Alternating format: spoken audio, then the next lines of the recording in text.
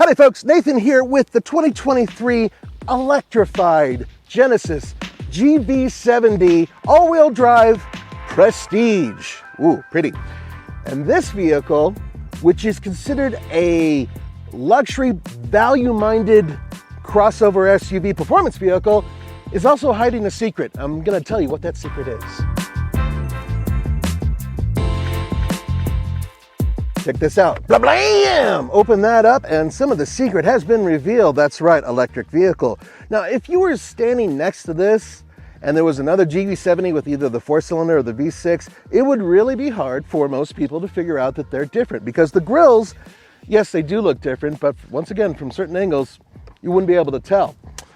And this particular setup here, blah, this will allow, of course, for fast charging. This has 800-volt architecture, meaning super fast charging. So you can go, according to Genesis, from 10 to 80% charge in around 18 minutes. Now, I'm a little confused about something with this, and that is, why did they put this here, which is a good spot? I love them when they're in the front, but all the other vehicles are in the back. Actually, I already answered my own question, and I'll tell you that in a sec. For those of you who really want to be like, oh, I know that car, look at the wheel and tire combo. More importantly, look at this white caliper. That's a dead giveaway that it's electric. Also, these wheels, which are 20-inch, are unique to the electric GV70, but there's more. Let's look at the back. Now, some people love them, some people hate them, but one thing that's really noticeable on the GV70 is giant exhaust ports, which are not here because they don't need to be. One other thing, over here. Now, there's two things to note. One, it has a rear wiper. Many of its cousins, the Ioniq and the Kia, they don't have a rear wiper. In fact, its little brother, the GV60, doesn't have a rear wiper. This does, isn't that great? And if you're looking at how to pop the trunk, it's kind of hidden right here in plain view. One more thing, you may have noticed, no port here for charging. That's right, many of the cousins to this vehicle have a charge port right here. It pops open. I'm not a big fan of that. I do prefer the way they have it set up on this vehicle. But why is that? All right, so let's have a look at this big bad engine. Oh no, there's no engine in there. That's right, it's because it's electric, guys. What you do have is a little tiny frunk here, holds up to 22 liters. That's if this isn't here. It's tire mobility kit. In other words, if you have a flat tire, you don't have a spare, which makes me sad, but whatever. There is enough room here for the charger. I think you could probably, get it in there, but not a lot of room for much else. Maybe stinky underwear, hair products, stuff like that. Okay. Now let's talk about the platform because that's what makes this so unique. Now, the eGMP platform is on the Ioniq 5, the Ioniq 6, of course, the EV6 from Kia, and this vehicle's little brother, the GV60. And that's why those vehicles have a little tiny charger port out back. They're all based on the same platform, and it's a bespoke electric platform. What makes this so unique is that it's called the M3 platform, and this is a car. It's built in the same plant, same area, all that, as the one with the gas engine, 4-cylinder or V6. Boop, they just yanked those out, and in their place, they have a 77.4 kilowatt hour battery and two 160 kilowatt motors, front and rear, all-wheel drive. But I wanted to show you one final thing about the design element, and here it is. Some people don't like this. Look at this gap. It's unusual. It's on purpose. They did that on purpose, but it is definitely unusual. It doesn't bother me, but there are some people out there who do not like it. This vehicle is remarkably fast. Amongst all the other vehicles that Hyundai, Kia, Genesis build, this is definitely on the top percentage. Why? Because it makes 429 horsepower and 516 pound-feet of torque. Now, there's a boost button. You push the boost button and it goes up to 483 horsepower. And trust me on this, when that happens, hair pieces fall off when you accelerate, molars move, things happen. So, I do recommend if you have colitis or IBS and you're using the boost mode, you may want to clench.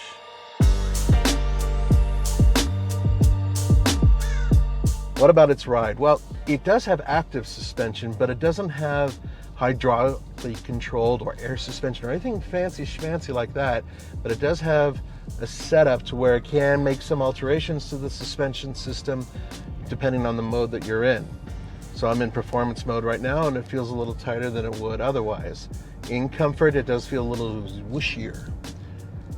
I like this because the car is so isolated to begin with and so quiet that I need to hear something, or else I just don't know what the tires and wheels are doing. Power steering is very, very boosted, but for some of you out there, you'll like the fact that it is heavier at slower speeds and then it lightens up at faster speeds. Exactly as it's supposed to be. Here's an obstacle. Now, what do? I must go around it. As such, I must accelerate. Acceleration. Went around the obstacle. Man, I love this interior. And it sings to you if you want to leave the setting on, which I do, because it annoys Roman. So, this overall setup is very similar to the other GV70, but there are a couple differences, especially with display and a few of these controls. And 99% of this interior, I love. Beautifully set up, meticulous, nice stitching. This leather feels amazing. The seats, I mean, look at this piping. That kind of brass colored piping on white. It's quite good, but it also has like an 80s vibe to it, I think. Proper toggle switches, thank you. They feel substantial, actually feel kind of expensive. And yes, you can control temperatures right here, so you have an independent screen in there that works just fine. Like everything else in here, luxury is even in the center armrest. Look at that nice fuzz that they're using there. And lo and behold, that is a key card, my friends. That's right. Just like Tesla, or similar to Tesla, Genesis has one of these. And mixed feelings on that whole thing, but the key seems to work just fine in my pocket. Okay, so this center console area is unique. That's nice. And then inside, you have wireless charging, and then of course you have some nice little setups for USB. So that's great stuff there. And then cup holders, nothing special here, although I think they're kind of classy. Look at that. They have a nice little inlay right here that's kind of chromed. Kind of nice. All right, this is what I wanted to talk about, and this is one of the few things that many people agree with me is an issue. Why? Because this is your gear lever, essentially, your gear dial, and this is volume. And it also does other things, like if you look up there, when I twist this, it does the twist. A little shimmy, shimmy, shimmy, shammy, boogie, boogie. Here's the problem. This is about the same size as this. Now, sometimes I'm looking out as I'm backing up, and then I want to shift into drive. It'd really suck if I did that. Or, more importantly, if I'm playing around with the content that's on the screen in front of me, if I were to, go into neutral or reverse as I'm heading forward. Now, I'm pretty sure it won't do that. I'm pretty sure that this thing will cancel itself out. But regardless, that's something that I think is a little design issue. With all of this amazing design, this is a little bit of a faux pas. Now, let's move forward. Volume control. This is proper volume control right here, and tune is over here. And I have a similar system on my vehicle, and it works fabulous. Very simple, easy to use. You are able to defeat the parking sensors, which is really nice. That backup camera I was showing you, you can trigger it using this, which is nice to do. And then, of course, drive modes. Now you have Eco, Comfort, Sport, and then My Settings. Now, what's cool about this is, let's say you love having just the hard acceleration all the time, but you want the easier steering and the easier feel on the suspension. You can do that. You can set it up any way you want. And then once you've come up with your setting that you like, you just leave it alone, and it'll always go there, as long as you have selected My. Otherwise, it has its presets.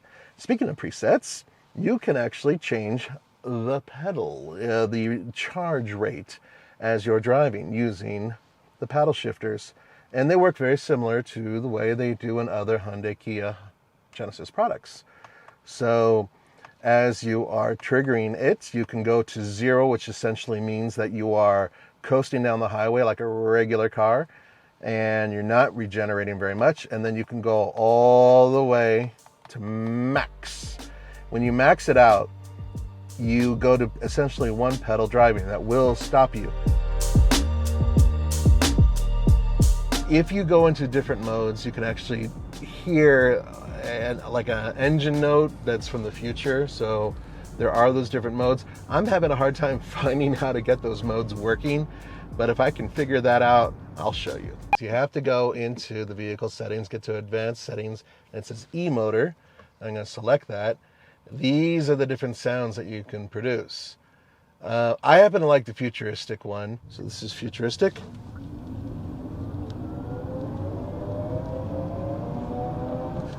We're living in the future.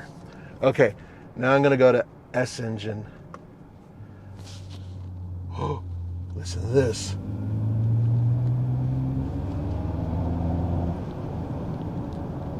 It does sound a little bit like a gas engine. Okay, now we're gonna go to E motor.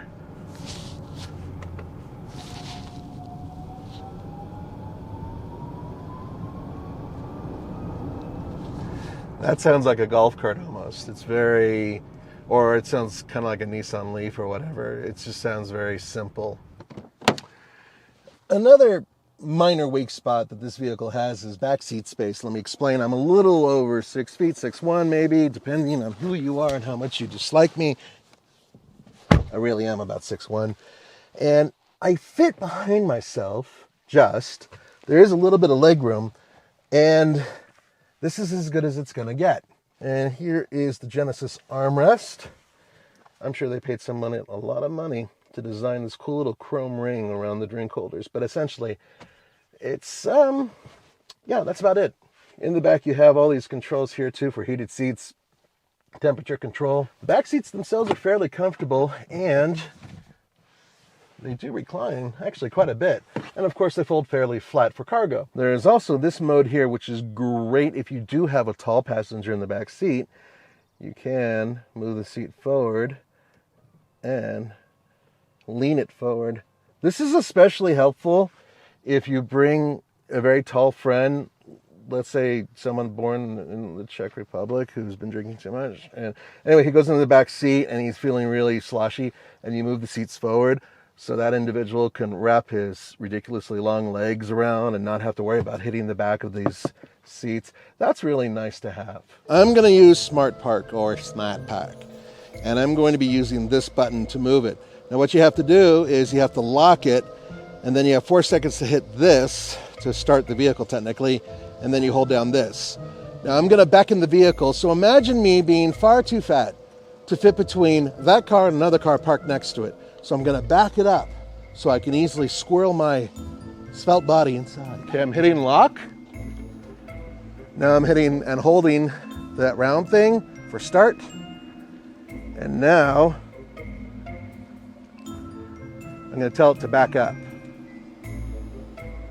I'll first try, right?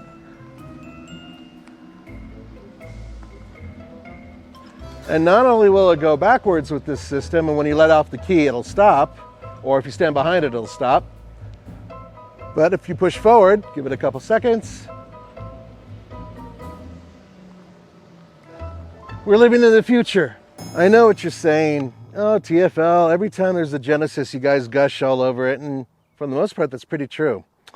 Sorry, but they're building really, really cool cars that are extremely capable, impressive, perform well, etc. And in many cases, they're competitive in price with many of the higher end competitors and their lower baseline models. And let me give you an example here. Now, this is not a cheap vehicle by the standards of just saying it's inexpensive. However, think about this. This is a luxury vehicle, fully loaded, that has all electric powertrain. All electric vehicles tend to be a lot more expensive.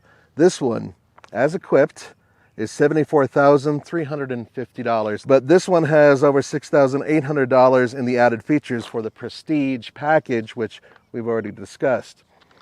Is it worth it? Well, I've driven Mercedes and BMWs that are all electric. I've driven a Lexus that's all electric. One. This is better.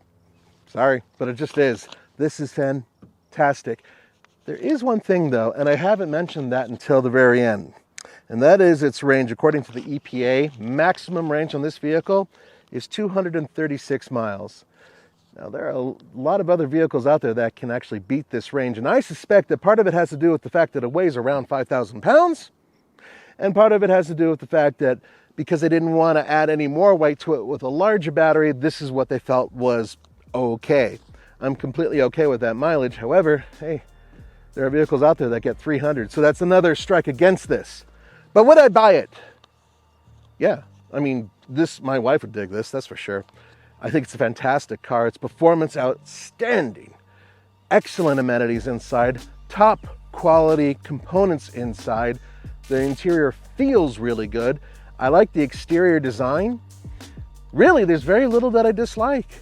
And that in itself is saying something. I think they just did a fantastic job. So once again, Genesis has proven they're here to play. Thanks for joining me. I'll see you next time.